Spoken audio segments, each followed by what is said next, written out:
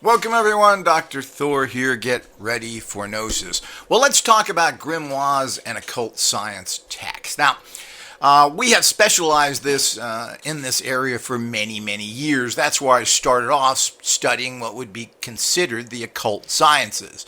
I was never really interested in mysticism or religions or anything else. I was looking for a technology to manifest with. What is, quote, magic, which a lot of people, again, the dumb bunkers, liars, and Satanists have taken these terms and pooed upon them. Well, the point is you're using informational energetic fields, which are non-physical, and making them physical in your life, producing wealth, success, and controlling situations. That's what all practical technology is. Now, to think that there's something bad about that, well, what are all these NLP people doing? Which there's a huge market of using NLP to manipulate people for sales or to get them in bed. What does Tony Robbins tell you to do and other people? Well, these are all influencing techniques, and the NLP, neuro-linguistic programming people, are all about controlling people. So this is nothing new. So to think that there's something evil about magic, or as I like to call it, the occult sciences, because it is a science of the non-material. It's subtle energy physics at the beginning. Now, we had the finest occult translator in history, Robert Blanchard, who was a linguist and a military officer, to translate our text. But it isn't just that, whatever that means. So this is when the military was kind of good. The bottom line is that he was an occultist and a practicing occultist, and this is critical. So when you're translating, and anybody who knows anything about foreign language and translating knows how difficult it is to translate almost anything, but when it comes to a specialized area or subject, translating from foreign languages into the very superior English language is extremely difficult. Now, I've talked about this a little bit, but with the bizarre reality of foreign language, particularly European language, where everything is either labeled sex or not, it's male, female, or in between, and all the things that come with that. So, I mean, that's just part of it, but they don't have words that are succinct of what something means. That's what English is all about. If we have something, we give it a one word, and everybody knows what that is. Now, ironically, the only other language that does that is Chinese. Now, how weird is that? But they have a particular character, which we could call a word, that means a very specific thing.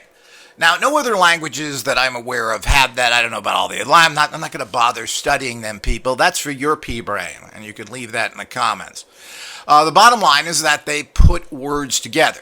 The average language has 3,000 to 4,000 words in it. Did you get that? What do you think English has in it? Well, frankly, it's at least 500,000 words in English. Most people think 1,000,000, and it grows daily. Well, that's a lot of descriptive words, is it, compared to 3,000? So what these languages do is they put a bunch of words together to mean something, which is very convoluted and confusing. So you have to be very knowledgeable in your subject matter when you're translating. And the only quality grimoire translations are those that we provide. Now, we have a huge library of these. We've also taken these books and bringing them up to an extremely high art, where they're empowered, where they have sigils, where we connect you with the energy of that grimoire and book. And, of course, our grimoires, a lot of our grimoires have the original editions connected to it, so you can see the original language. The other thing is we use the original artwork that was in the grimoire. So we don't change it. We don't make pretty circles like some goofball criminal guy did to make things look better. Well, this is the height of absurdity, that you want cookie cutter looking sigils, etc. It's very important that the nuances from the original text are left there. So not only we do that, we also have a very skilled translator, and it's all there. Now, the point is that very few people in this evil, satanic, occult community use quality text. They get cheapo junk, mostly because these people are losers and Satanists, and they get poorly structured nonsense. And of course, this is all part of the corrupted, bought-off occult community who are nothing more than puppets of Satanists and fascist governments.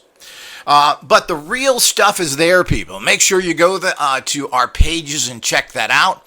We call it ancient technology, and that's exactly what it is. So there are many of these. Now, one of the problems with most grimoires is the fact that they tend to be gray and darkish in nature, and the term black magic is used frequently. Now, and of course, they talk about some grimoires talk about practices which are very negative to this time, which may involve some sort of blood, sacrifices, etc. Now, we don't cut this out of our books. The reasons we don't cut these out of our books is that our books are pure as the original editions are. For us to go in there and play censor is pathetic and wrong. You have to be smart enough to understand that you don't go out and cut your wrist or poke somebody's eye out or drag a baby and murder it. Now, the point is that's how the original text stated. Should we edit that? Well, no. The bottom line is that you have to, as a qualified occult scientist, understand of what you use as a substitute. Do you need that at all? The point is also society is very negative, and we murder and torture and destroy people every day. Millions of people have been killed in the Middle East now over bogus wars. People are tortured all the time in prisons. It goes on and on. Our people are persecuted and tortured. So these little historical things that come from, by the way, agricultural society. So the fact of killing an animal, which we do in horrendous ways now with corporate farms that torture animals, keep them pregnant all the time to get their milk, and there's so many horrible things that are done to animals. And then when they die from a disease, we feed them back to the animals.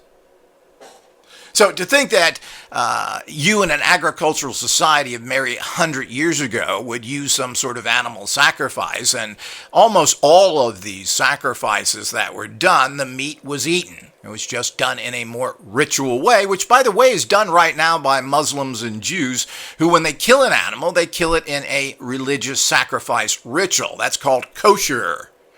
So all of this needs to be understood. Now, that's not rationalizing. I'm a vegetarian. I don't eat meat. I don't hurt anything. I'm trying to move away from even eating foods that are, unless they're given by the plant, like fruits and nuts. This is where we should all be striving. But grimoires are grimoires, and people should understand that. You're using ancient text, and you're taking the spirit of them and some technology to use these in modern times, and they do work, although they can be complicated and difficult to use. And generally, a grimoire, which is based in ritual magic, requires someone who knows ritual magic to use those correctly. But if you want the real texts that have the real sigils in them, the real glyphs, the real everything in them, well, we're the only ones that offer that. But it's more than that, because they're loaded with sigils to empower you, and you place your photographs, and then they're talismanic grimoires from the original. And we're the only ones that offer that. A lot of people have copied our grimoires, and we've taken most of our grimoires from French, which have the least changed. That's what Grandmaster Robert Blanchard did, is that these were mostly French texts, and they were then translated into English. So this, again, makes it much easier process to do and gives you a much better text. Now, ancient books have always been changed, screwed around, added, and so forth, and to a large extent, grimoires were the pulp fiction of their time, promising you great things that you could manifest, control people, break chains in prison, all the things that people buy today still because they want these abilities. But a lot of that is just pulp fiction. But they do have excellent magical practices. And if you want to see the kind of entities they use, the types of rituals they did, well, this is what was done in ancient times, and we haven't changed one iota of it. That's what you do as a professional researcher in an organization. But you got to have the top quality people to do that. So what people have done, of course, is taken our translations and monkeyed with them and done what they want with them.